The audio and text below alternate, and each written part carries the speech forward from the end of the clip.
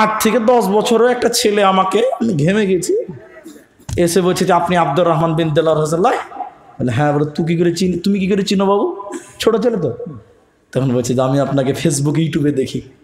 কত শিয়ানা দেখেন, 8-10 বছরের ছেলে। তো বলছে বলো।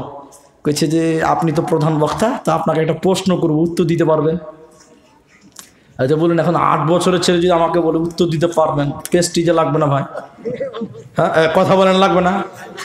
তখন আমি বলছি তোর আমার কি প্রশ্ন আছে না, ছেলে যেমন তেমন নয়, এই যে ছোট্ট মরিচে ঝাল বেশি, ইচড়ে পাকা, তোর আবার কি প্রশ্ন আছে রে? তখন বলছে মুলি স্যার তুমি আমাকে হেলা করছো, এই প্রশ্ন তোমার আগে আমি আরো 3টা বক্তাকে করেছিলাম, উত্তর দিতে পারে না। ভাই তখন কিন্তু ভয় লাগবে। কি লাগবে না ভাই? 3টা মুলবি পারেনি, আমি 4 নাম্বার। ভাই তখন কিন্তু ভিতরে এরকম করতে গেছি।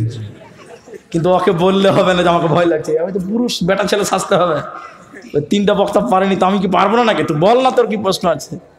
তখন বলছে যে পারলে বলবেন, বলবেন না কিন্তু লুকোবেন না। কত শিয়ানা দেখেন খালি, ইচড়ে ফাঁকা। আরে তুই বল না। আমার ভিতর কিন্তু ভয় ঢুকে গেছে ভাই। তাও বলছি বল। তো কি বলছি জানেন? বুঝতে বলি স্যার উত্তর কিন্তু আমার জানা আছে। ভাই তখন আরো বেশি ভয় লাগে। ওর যদি না জানা থাকে তো 9-6 এদিক সেদিক করে বুঝাতে পারবো। ও বলছে উত্তরও আমার জানা আছে। ভাই আরো ভয় লেগে গেল। বলো তোমার কি? তখন বলছি তুই বল না তোর কি প্রশ্ন আছে। ওই যে চলেন কানে কানে বলবো, এখানে বলা যাবে না, সব জেনে যাবে। তুই এখানেই বললে বললে তো বল। বলছে না কানে কানে বলবো। অনেকক্ষণ ফুসলানোর পর বলছে ঠিক আছে কানে কানেই বল। ওর মুখটা আমার কানের কাছে এনে বলছে মুলি স্যার মেলায় তো জালসা করছো, দেখি তুমি উত্তর দিতে পারো কিনা। আমি বলছি বল না রে। তখন আমাকে বলছে মুলি সাহেব তুমি বিড়ি খাওয়ার দোয়া জানো? তখন বলছি শালা মাথা কোথা ঢুকবে?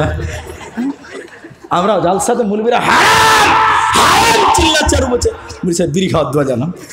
যখন আপনারা বলুন, এখন ওকে যদি আমি বলি বিড়ি খাওয়ার দোয়া জানি না, ও শালা কালকে